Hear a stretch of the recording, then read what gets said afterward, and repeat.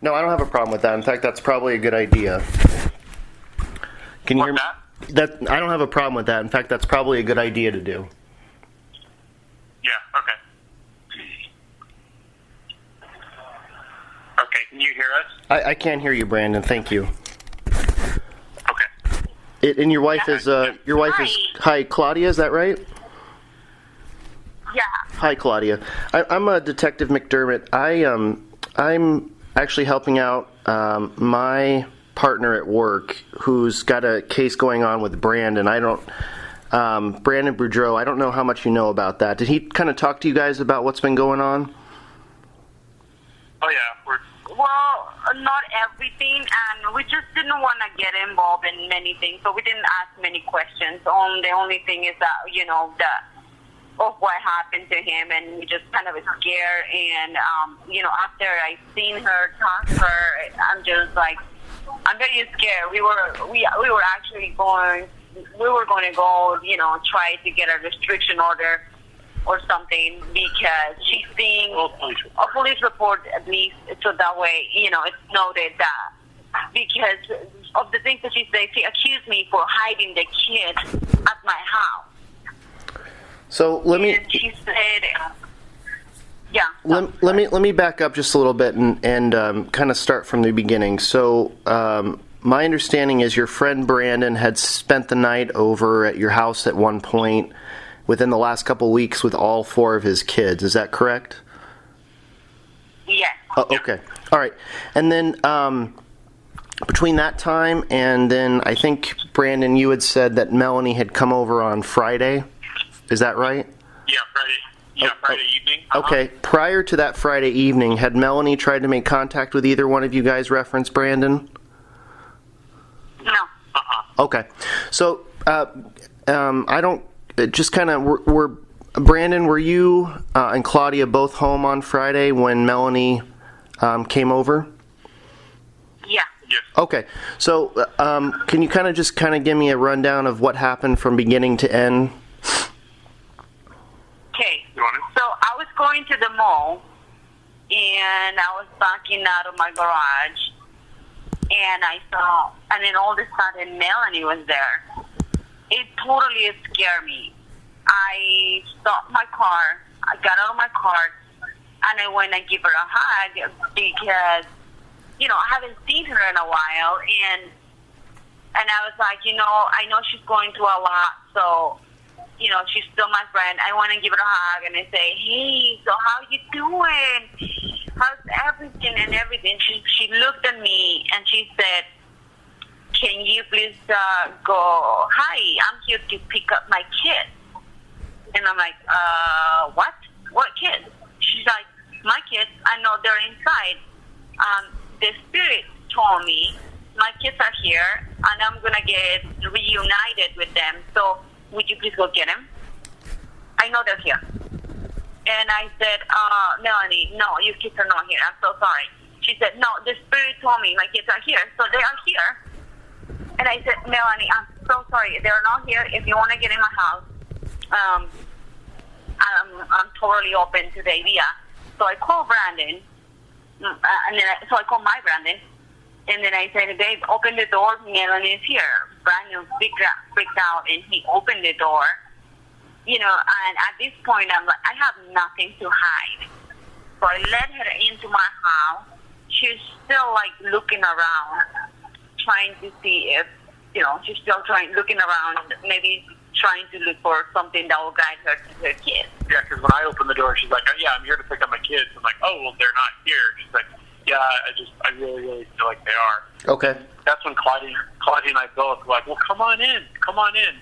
And she comes through our living room into our family room, sits down on the couch, and Claudia and her chatting. She was a little nervous to be there. So was I. I was just scared, and I feel like she could feel that. So she stood up, And she said, well, I got to go. And so she stood up and walked out close to the door. And when we were at the door, she asked Brandon to call. So she said that if you guys know where Brandon is, like, you really should let me know. I'm just worried about my kids. He's in and trouble. I'm like, yeah. And Melanie was trying to get it out of me. He's like, well, you're pretty close with Brandon. Like you probably know where he is. And I told her, I'm like, honestly, I haven't talked to him in a few weeks. So, I mean, and she's like, well, if you talk to him, like, he's involved in some really dark things and blah, blah, blah. And I'm like, what kind of things, Melanie? And I'm like, things with Clear, which is an old company, which, you know, and she's just like, just some dark things. And I'm like, what the heck? Anyways, she's like, yeah, so I don't know, would you be able to call him right now? And I'm like, no, Melanie, I'm not going to get involved. Like, I'm not going to call Brandon right now for you. So she leaves. She walks out the door. She gets, this whole time, by the way, there was an SUV, her SUV on in front of our house with a guy in it, which I thought was like her private investigator or something. Anyway, so she goes out and she sits in the car. They're out in that car for, I don't know, 15, 20 minutes, just sitting out there.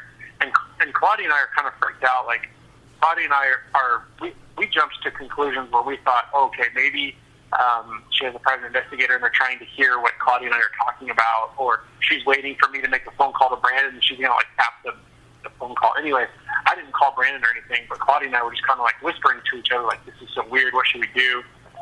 And so what we decided to do was call our neighbor over and bring the kids over to play in the driveway. So it would be awkward if we're all in the driveway, and hopefully they would leave, right? Okay. So that's what we did. We're in the driveway, and they're still there, man. They're still in their SUV in front of my house. For 45 minutes. So Claudia goes out, walks to the street, and says, whatever you said. And then I said, is everything okay? And she looked at me and she said, yes, I'm just trying to make some phone calls and trying to do what you do. And, Brandon is into very dark stuff. And I said, well, I don't know, Melanie, but you are kind of freaking me out right now because I don't know what it is. And she had suitcases in the back of that car, and she had a car seat ready to go. I don't even know where. Right. After that, I looked at the guy and I said, who's this guy? It was that white, the late 40s, bald guy, and he was looking, and then I look at him, and he wouldn't not even look at me. Like, he wouldn't even look at me. He kept on looking and stuff on his phone.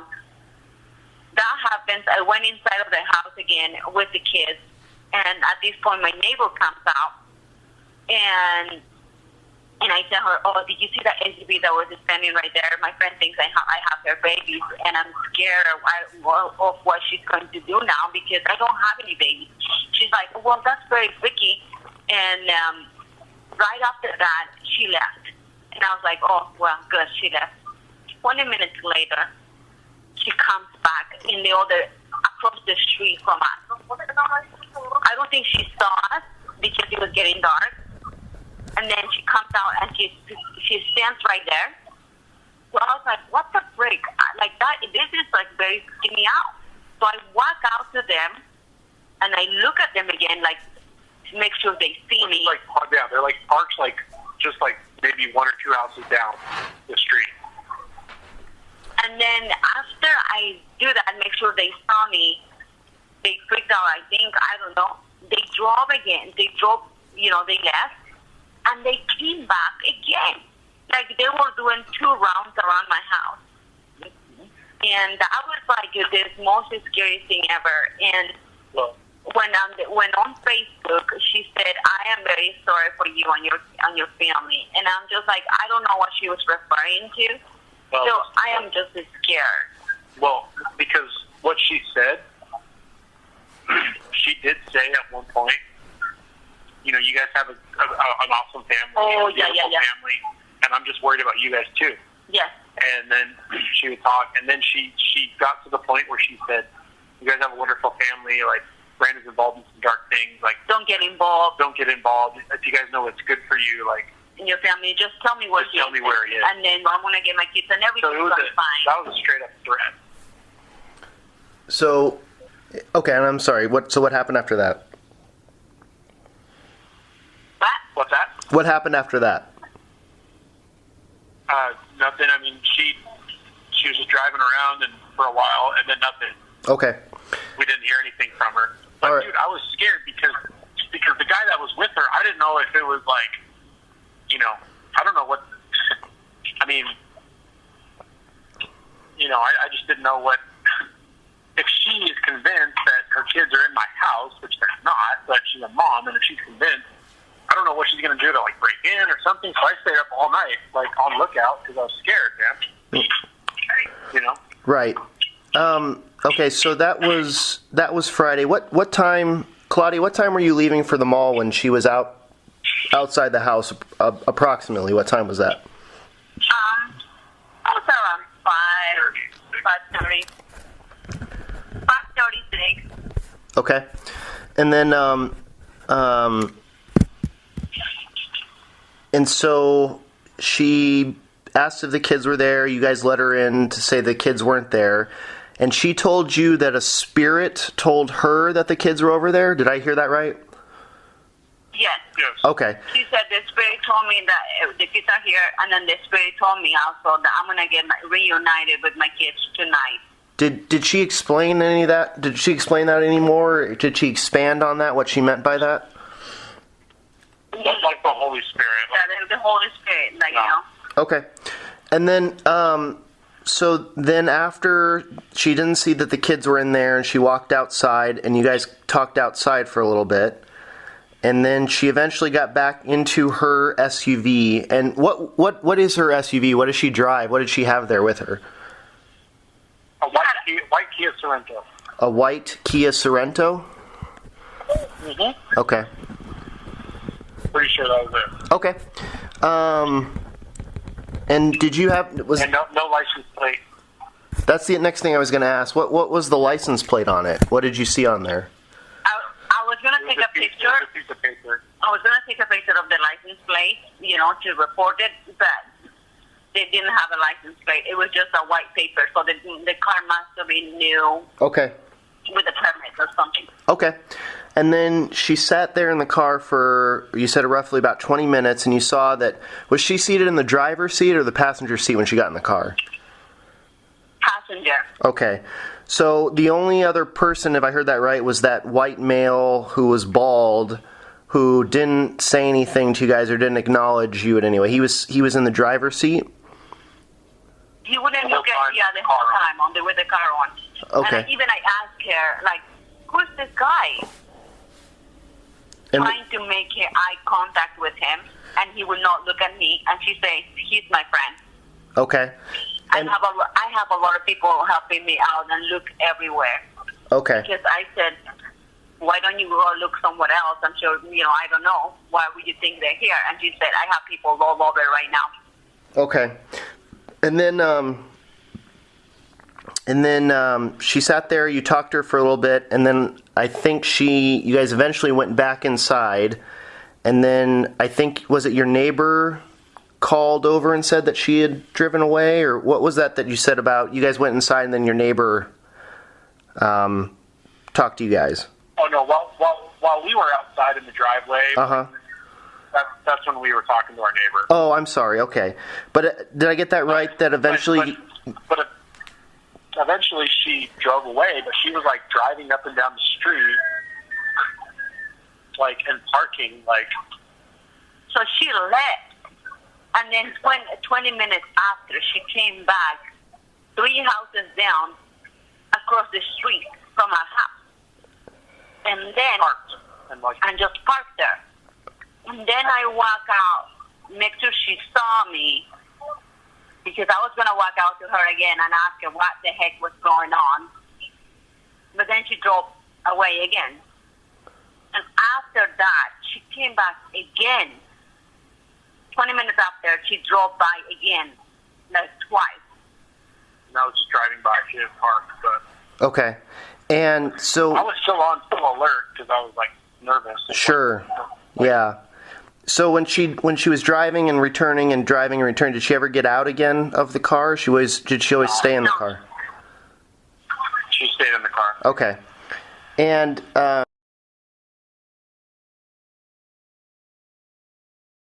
asked her, how do you know my address? How do you know where I live?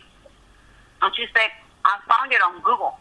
And I said, well, that's very scary. I just Googled it right now. It's not there. She said, I mean, you also posted on Instagram where you live. And I'm like, no, I did not. I bet you she's got private investigator or something. I don't know. So, do you guys have any cameras out in front of your house? We have a Ring doorbell, but the problem is we have this pillar, like, right in front of it. Okay. Oh, and actually, that night, the battery was dead. Okay, that's what I was going to ask. It doesn't sound like then it recorded anything? No. Okay.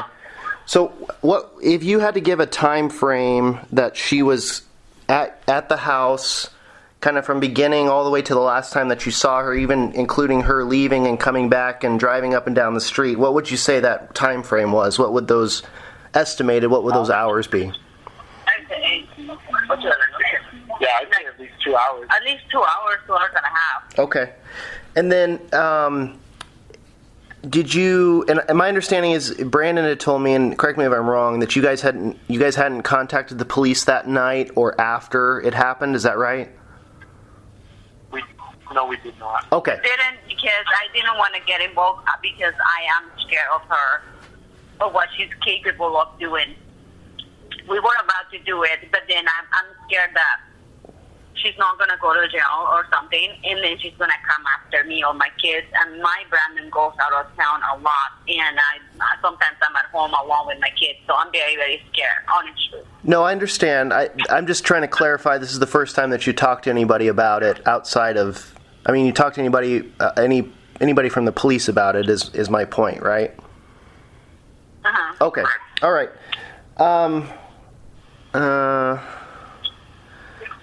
And then she kept repeating that. And Brandon, did I hear this right? That Brandon's involved in dark things, and that's what she kept saying, right? Yeah. Okay. Yeah, that he's involved in some dark things, but Brandon.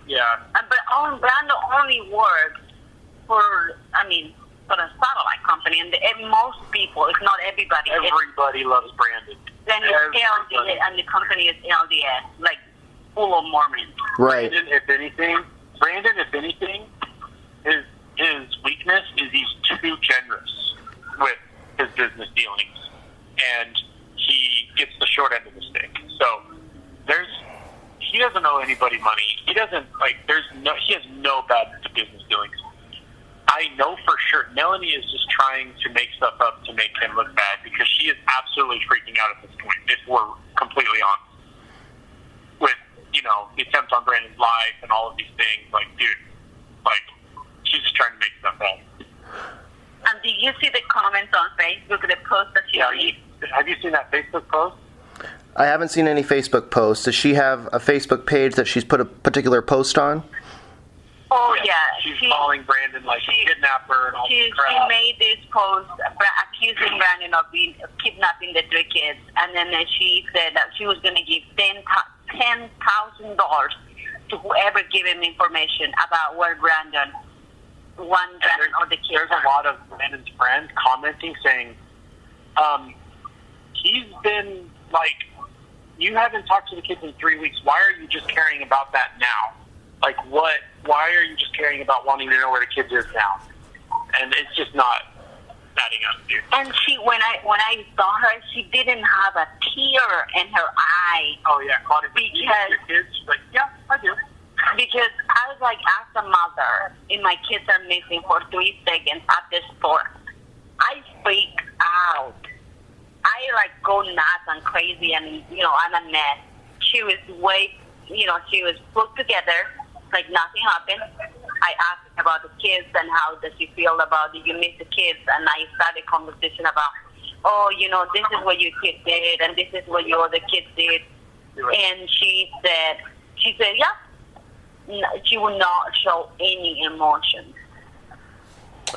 Brandon, can you text me that Facebook post? Can you text me a link to that when we're done off the phone? Yeah, right now. Okay. Text the link. No, well, I'll send you. I'm gonna screenshot the post with her name and that and everything. But it's a lot of screenshots. There's like 180 comments. Is there a way to forward the link and you can just forward it right to my cell phone? Is there a way to do that, you think? So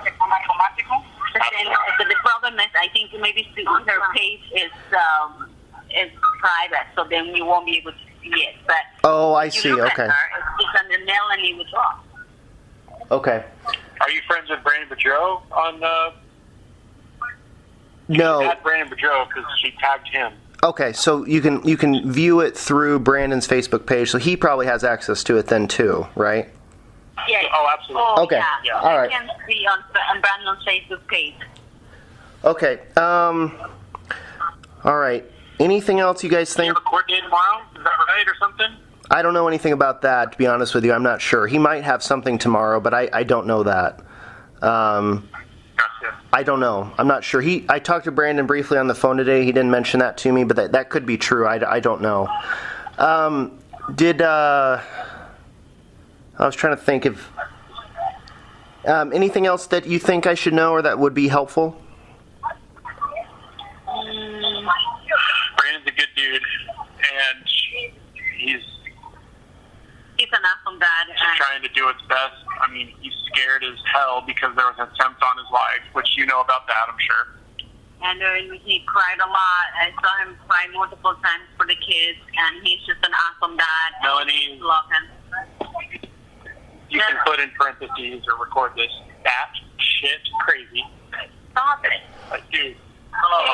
She's I don't think she's herself right now because of the way we saw her before. It wasn't like that now. I guess Melanie that I knew. Yeah, go ahead with that. Melanie. So would you say that this isn't how you usually know Melanie to be? No, this is not how Melanie was. Okay. She was very sweet and always just smiling, and not only that, she was always like she will like never like it was like she didn't have a soul in her body. Like it was just like a cold person that she would not show any emotions to anything. I even tear up trying to tell her how, the older boy touched my heart by saying how much he loved his mom, and started tearing up a little bit, so trying to get her side, her emotions come out. Because she would not show any emotions. Like, yep, that's him. It's a good one. That's it. Like, it's just... Yeah. That's just not Melanie. That's not Melanie. I swear. I know Melanie. We met Melanie. We hang out with her. We went on trips with them, and that was not Melanie. I think at the end of the day that night, you're calling about that night. Yeah. Totally accused us of having your kids there, which wasn't true. And then she totally threatened us, which, we've described that guy that in the car to Brandon, and he thinks it's the same guy that tried to shoot him. That she shoot him, not try. And so, tell me again, what was the threat? What was it that she said at the end? Well, it was general, but she pretty much said, if you know what's good for you and your family, you're going to tell us what. You're going to tell me where my kids are. Yeah. Okay. All right. So here's what I would say is if when are you guys going to be back into town? Saturday. Okay. And you said somebody's out at the house right now watching the kids?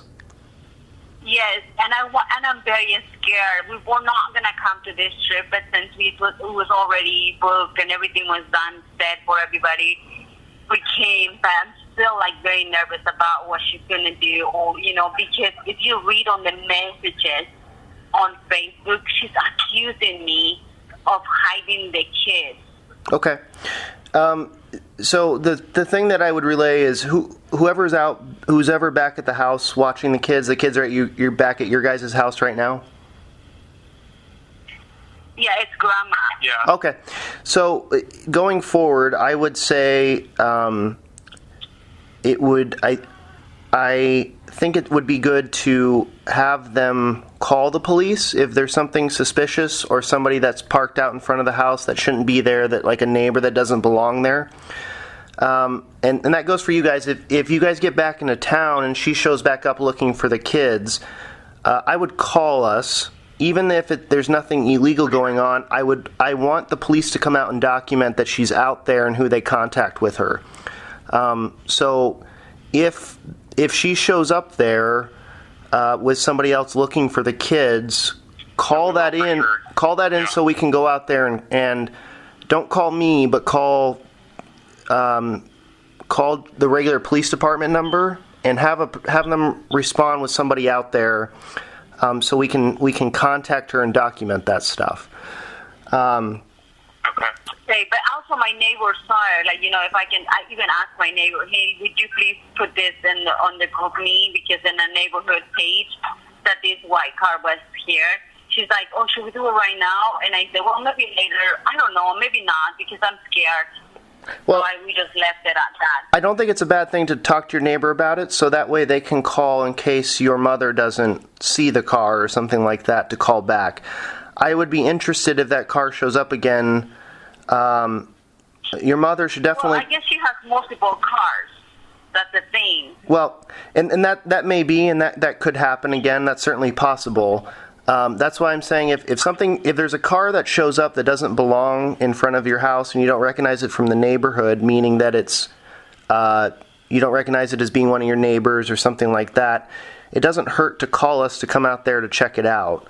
But in the meantime, especially this week, if you call your neighbor and talk to them about it, and she may have different cars, there's not a lot we can do about that, but if we know what she showed up in and that car shows up again in the neighborhood, even if they're not doing anything illegal in the neighborhood, I want the police to go out and contact them, but to explain to them about the purpose of why you're having the call made and dispatched, because I want to know if Melani shows back up there. Okay. We've been looking. No, yeah. and most of the time once this happens, nobody shows back up again, but if it does happen again, call us so we can come out there and talk to her about it and contact her. And I want to and that way the police can contact whoever's in the car with her too. Okay. And being on a public roadway isn't illegal, but it doesn't mean the police can't come out and ask what they're doing there. There's nothing wrong with that. Okay, because the problem is,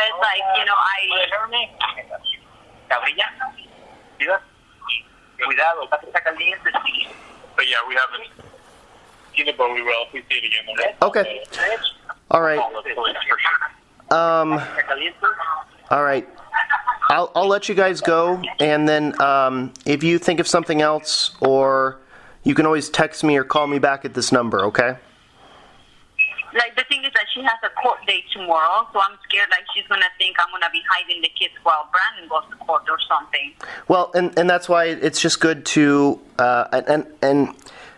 she might. I can't, unfortunately, I can't predict what she's going to do, but I think it's important to communicate tomorrow with your mother, to just be aware if that car shows up at the house to call the police right away.